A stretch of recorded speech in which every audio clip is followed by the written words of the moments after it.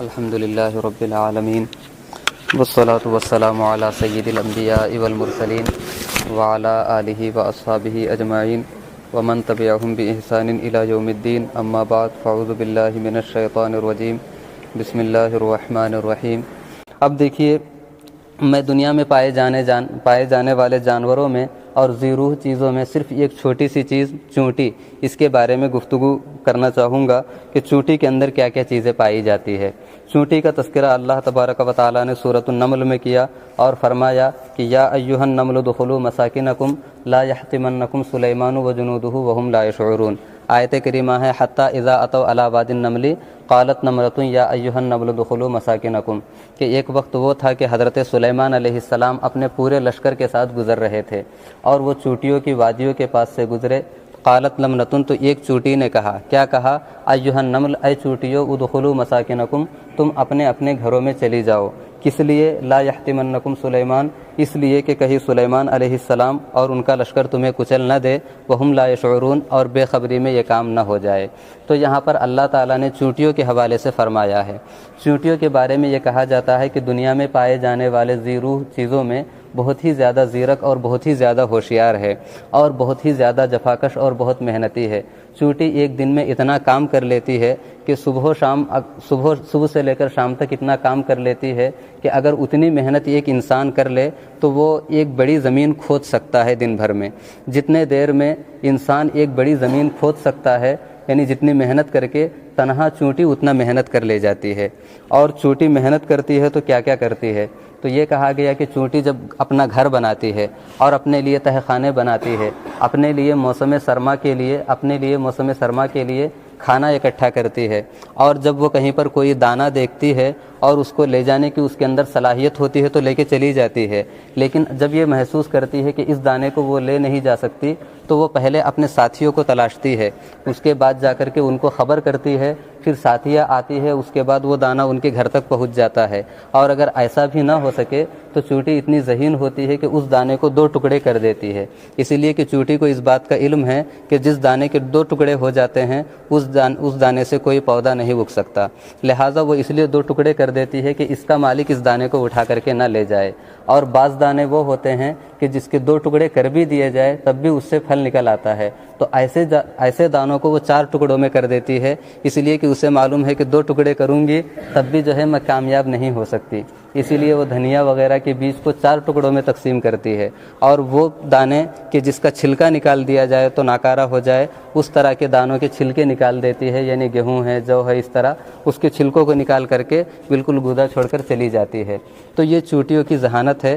لیکن اس آیت کریمہ سے ہمیں جو سبق ملتا ہے وہ دیکھیں کہ اللہ فرماتا ہے کہ یا حتی اذا اتوا علی واد النمل، کہ جس وقت حضرت سلیمان علیہ السلام چونٹیوں کی وادیوں میں آئے، تو چونٹیوں کی ایک وادی ہوتی ہے، ایک بستی، ایک پورا قبیلہ ہوتا ہے۔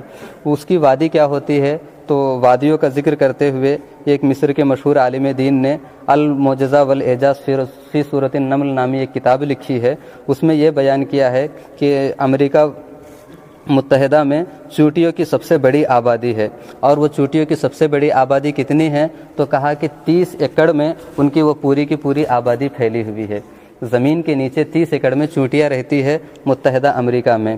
اور اس کے بعد اس کے اندر کتنے خانے ہوتے ہیں اس کے گھر کا، تو انہوں نے تذکرہ کیا کہ سب سے پہلے گھر میں جو ایک ہوتا ہے گارڈ، حفاظتی دستہ ہوتا ہے، تاکہ ان چونٹیوں کے گھر میں کوئی دوسرا جانور نہ آ جائے، اور اگر آ بھی جائے تو یہ مار ڈالے اس کو۔ اس کے بعد جو دوسرا طبقہ ہوتا ہے، اس کے آگے جو دوسرا کمرہ ہوتا ہے، اس کمرے میں وہ چونٹیاں رہتی ہے جو گرمی کے موسم میں کام کر کے آ کے تھک جاتی ہے، وہ وہاں بیٹھ کر کے ریسٹ لیتی ہے۔ پھر اس کے بعد تیسرا مرحلہ، تیسرا کمرہ ہوتا ہے جہاں پر وہ کھانا اکٹھا کرتی ہے، اپنے دانوں کو لا کر کے جمع کرتی ہے۔ اس کے بعد چوتھا کمرہ ہوتا ہے جہاں پر وہ کھانا کھاتی ہے۔ اس کے بعد ایک اور کمرہ ہوتا ہے کہ جہاں پر چونٹیوں کی ملکہ جو ہوتی ہے وہ انڈے دیتی ہے اور انڈے سیتی ہے، اور اس کے آگے جو ہے اس کے آگے ایک اور کمرہ ہوتا ہے جہاں پر چھوٹی چھوٹی چونٹیوں کی، یعنی چونٹیوں کے بچوں کی پرورش ہوتی ہے، ان کی نگہبانی ہوتی ہے۔ پھر اس کے آگے اندر کمرہ ہوتا ہے کہ جس میں چونٹیاں موسم سرما میں اپنے دن گزارتی ہے۔ پھر اس کے آگے ایک اور کمرہ ہوتا ہے جہاں پہ چونٹیوں کی ملکہ موسم سرما میں اپنا گھر گزارتی ہے، اپنے ایام گزارتی ہے، ٹھنڈی گزارتی ہے۔ تو یہ چونٹیوں کے گھر کا ایک اجمالی جائزہ تھا، اس کے علاوہ اور بھی کمرے ہوتے ہیں۔ تو قرآن کہتا ہے حتیٰ اذا اتوا علی واد النمل، یہاں تک کہ حضرت موسیٰ علیہ السلام چیونٹیوں کی وادی میں آئے۔ قالت نملۃ، تو اس موقع پہ ایک چیونٹی نے کہا، کیا کہا کہ یا ایھا النمل ادخلوا مساکنکم، اے چیونٹیوں اپنے اپنے گھروں میں چلی جاؤ۔ تو یہاں پر دیکھیں کہ چیونٹیوں نے کیا کیا، باہمی تعاون کا مظاہرہ کیا۔ ہم بھی جب کبھی کہیں سے بھاگتے ہیں تو دوسروں کو بتاتے ہیں اگر مصیبت آنے والی ہو تو چلو بھاگو، یہ مصیبت آنے والی ہے۔ تو یہ شعور جو ایک انسان کے پاس ہوتا ہے، اللہ نے وہ شعور ایک جانور کو دیا۔ تو چونٹی خود نہیں بھاگ رہی ہے، خود بھاگ بھی رہی ہے، لیکن ساتھ ہی ساتھ اپنے ساتھیوں سے بھی کہہ رہی ہے کہ وہ دخلوا مساکنکم، تم اپنے اپنے گھروں میں چلی جاؤ، یعنی ان کے گھر ہوتے ہیں، تم اپنے اپنے گھروں میں چلی جاؤ۔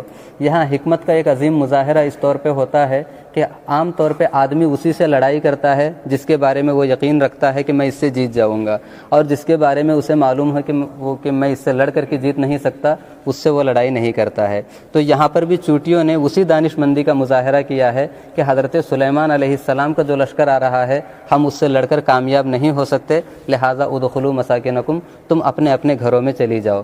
کس لیے چلی جاؤ؟ کہ لا یحطمنکم سلیمان وجنودہ وہم لا یشعرون، کہ حضرت سلیمان اور ان کا لشکر کہیں تمہیں کچل نہ ڈالے۔